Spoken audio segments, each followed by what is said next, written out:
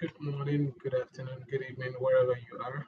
I am here once again on F1 visa mock interview, and I'm here with questions and answers. And I want to pull out one of the problems we've had, some of the challenges one of the candidates encountered at the embassy, and I wanted to just address it right here very quickly. So, uh, most times when people are asked about why did you choose this course, it's easy to answer certain questions and um, go into. It's easy to answer to go into um, status responses. Like it's a common thing in Nigeria when people ask you why do you choose this course, and you talk about I chose it because you want to upgrade your status. But in a different world, in Western world, people don't go to school because they want to increase their stipend or increase their salaries or to get a new status. They go to school because they want to solve a problem or to provide a solution. So when you find yourself in that situation where they're asking you what is your long-term goal, or what do you plan to do after school, or what do you plan to do with this course, be very careful. Do not, please, do not begin with the word status. You can factor it into the conversation, but do not begin with that. If you have to begin with that, say it in a way that it brings a positive feedback to you. For instance, why did you choose this course? I chose this course because um, after studying, I'll be coming back to assume the role or to assume the status of this. Please avoid that because it automatically sends a red flag.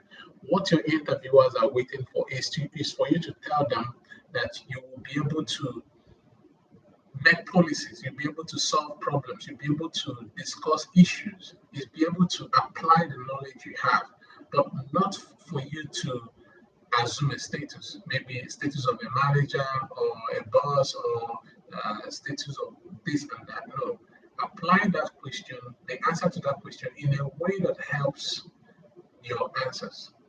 So, if for instance you majored in accounting and you are coming to the US to study accounting and you are working in the banking industry, when they ask you that question, even if you are going back to take a position as a general manager, that is not what they are looking for. Yes, that's good. It's good to assume that role as a general manager, but what they are looking for is what will be the role of this manager? Break it down. There's no need for you to sound ambiguous. Don't use blanket statements. Deconstruct the role of that bank manager. Deconstruct the role you'll be taking, the decisions you'll be making, policies, effective rules of engagement, rules that guide the operations. Talk about it in a way that presents you not as the general civil service thing in Nigeria. In Nigeria, uh, I always tell people, they talk about promotional exam. That is the wrong thing. And this is one of the reasons why our institutions are not functioning well because um, we think education helps us to get big accounts or big roles. But education ontologically should be to solve problems, should be to effect changes. That's what education does. So if the knowledge you have is not helping you to advance in your professional career to upgrade yourself, then it's not worth it. So that's what I want to mention today because I hear people talking about status and role. Do not use it. If you have to use it, present it in a way that it presents your answers in a positive manner so that your interviewer will not be like, why should I waste this visa? This person just wants to just go and get big bank account or big money or big role. Whereas what they're looking for is someone who is going to be effecting change, someone who is going to be making serious decisions, policy decisions, policy being a positive a position to make policies and the rest of them. So I wanted to just think about this. Think about this very nuanced mistake. It seems very important, but sometimes it's very, very dicey.